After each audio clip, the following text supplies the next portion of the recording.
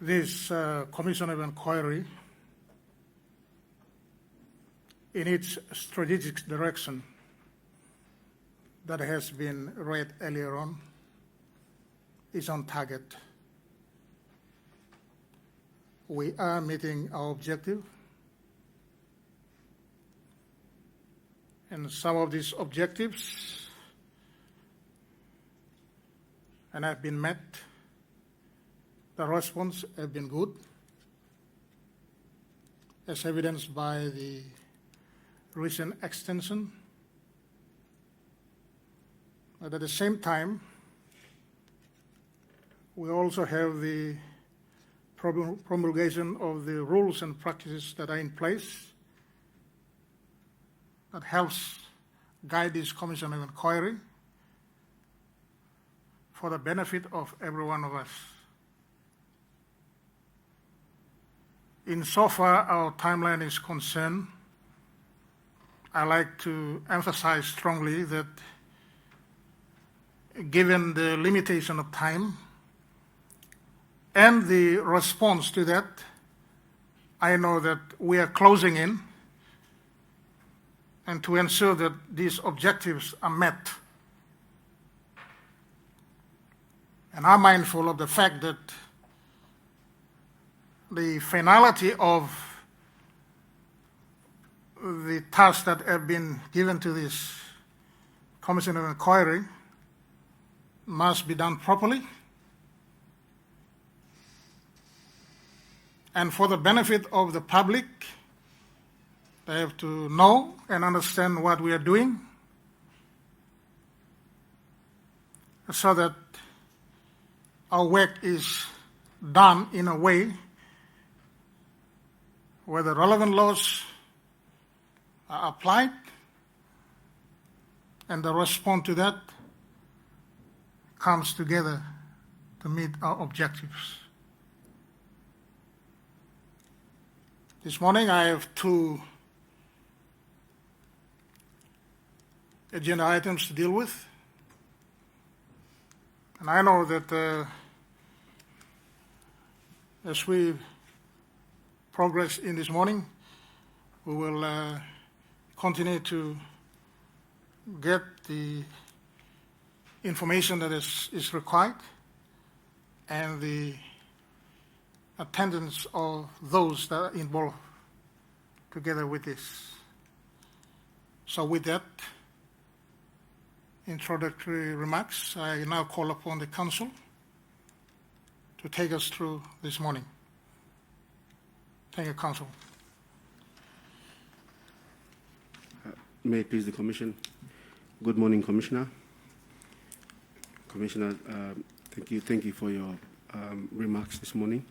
Just for clarification for the record, Commissioner, you mentioned there was an extension.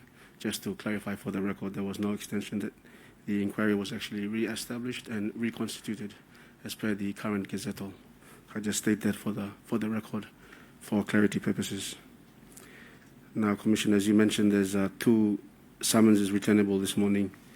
Firstly, summons number 3, that's a summons issued to Curtin Brothers Holdings (NG) Limited, and there's also the related matter of Ballymore number 39 Limited. Commissioner, for purpose of this morning, we intend to deal with item number 2 first, Curtin Brothers Holdings (NG) Limited. Commissioner will recall that the matter was extended to this date, or rather the summons was extended to this date. There were a number of correspondence exchanged between the Commissioner, rather the Commission's counsel assisting and the lawyers acting for Curtin Brothers, namely Ashurst PNG, and a number of matters were addressed in relation to that summons. Now, as a result of that, the Curtin Brothers are here this morning through the representative. I understand Mr. McNamara is here. He's actually attended and produced a copy of a letter dated 15th of March 2022, which I now invite Mr. McNamara to basically hand over, or rather produce to the Commission pursuant to the summons. This basically relates to the second tranche of documents that were the subject of summons number 3 issued to Curtin Brothers. If I can invite Mr. McNamara to basically produce the second tranche of documents by way of a letter dated 15th of March addressed to yourself, Commissioner. Yes. And under that, he's also producing a flash drive containing an index of documents relating to the second tranche of documents. And there's also an affidavit of Mr. Lubi Evore, sworn on the 14th of March, that relates to a claim for professional privilege. So if that can occur in terms of asking Mr. McNamara to formally produce those documents to the Commission. Thank you, Counsel.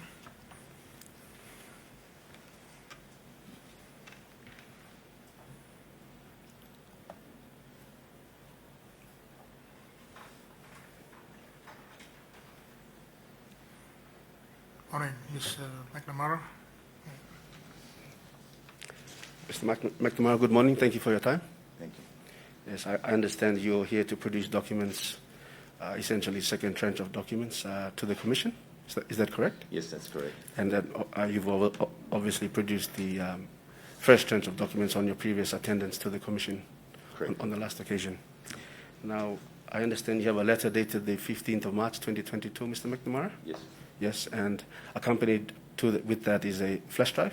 Yes, that's correct. Yes, and also an affidavit for completeness. There was an affidavit received by the Commission yesterday, which you are aware of? Yes. And that also constitutes the second tranche of documents that you are producing this morning to the Commission. Correct, yes. That's correct, yes. So, Commission, if the documents can be produced by Mr. McNamara to the Commission through the associate.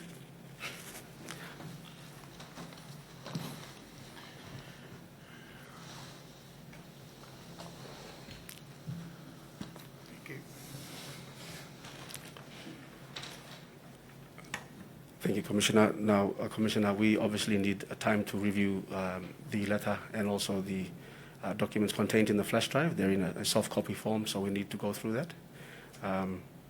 If we could have the summons for Curtin Brothers extended to the 21st of March 2022 at 10 o'clock, by which time we'll be in a position to confirm whether or not we intend to tender all or some of those documents, and also raise any issues, if there are any, in relation to the affidavit for claim for privilege. So if the summons could be extended to the 21st of March 2022 at 10 a.m. for mention.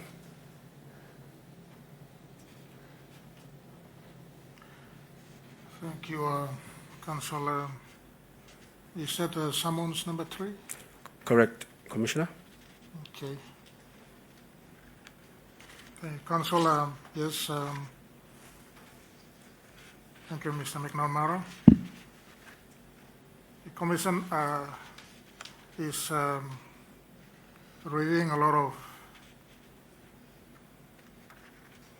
directions and information that have come through for us to analyze.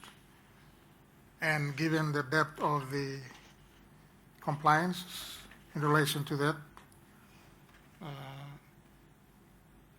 and given the benefit of doubt in how things, the flow of information, and in line with our timeline, the Commission have considered the merit to that extent, and therefore the Commission directs that summons number 3, dated 10 December 2021, is further extended to Monday, the 21st of March 2022 at about 10 a.m.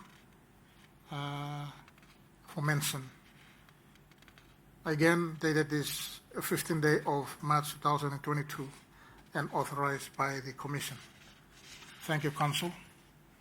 Commissioner, if I can just ask Mr. McNamara to remain in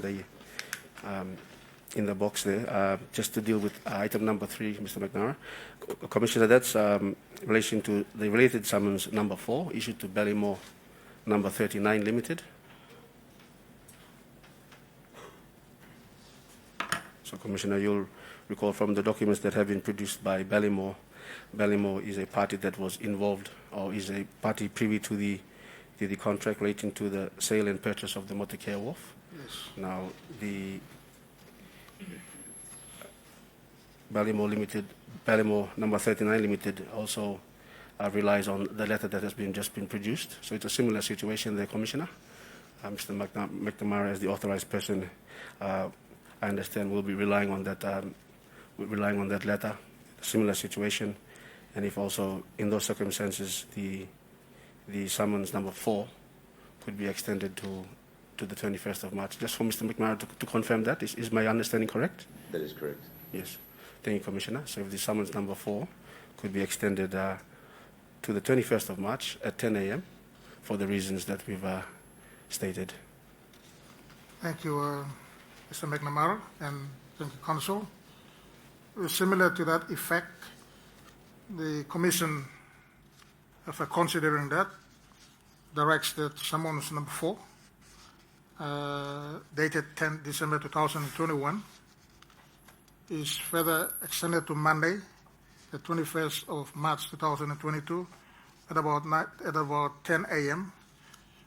for mention. Again, dated is 15th day of March 2022 and authorized by the Commission. Thank you, Council. Mr. Commissioner, if you could excuse Mr. McNamara from the dock.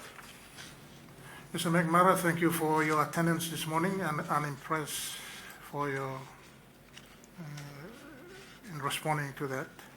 And I can now excuse you from the bar table. Thank you, Commissioner. Thank you.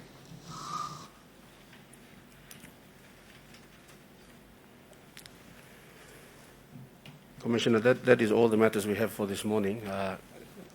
Commissioner, the next hearing will be on this Thursday, the 17th of March at 9:30 a.m. Commissioner, we have a long list of matters. There's about 19 matters listed for the 17th.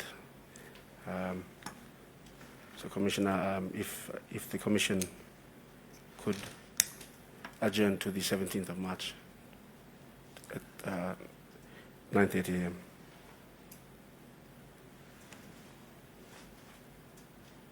Sorry, Council, what's the date again? Thursday, 17th of March, 17th of March. 2022, Okay. at 9:30 a.m., Commissioner. Thank you. In light of that and the situation that we have come through, again, I like to emphasize the subjectivity of the emphasis that we placed on the time. Time is a crucial factor. And sometimes the human tendency is that if you missed out on the importance of time, you will soon realize that something is not done. And therefore, we are being reminded every time that as directions are issued from this Commission, and I must emphasize that strongly again, it must be complied with. But again, our conduct and our approach to that must at all times be observed in assisting this Commission of Inquiry to achieve its objective